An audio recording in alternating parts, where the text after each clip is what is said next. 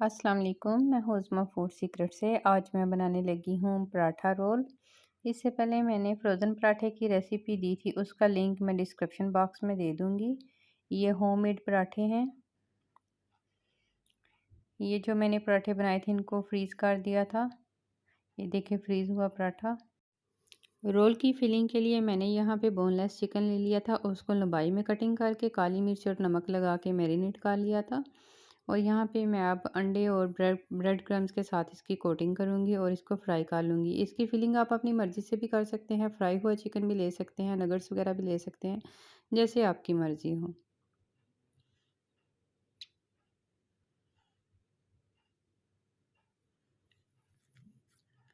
Fridge हुआ पराठा मैंने निकाला है, उसके ऊपर मैं थोड़ा सा घी लगाऊंगी और इसको दोनों साइडों से मैं कुक कर लूँगी। बाकी फिलिंग आप अपने हिसाब से जैसा भी चाहें करें।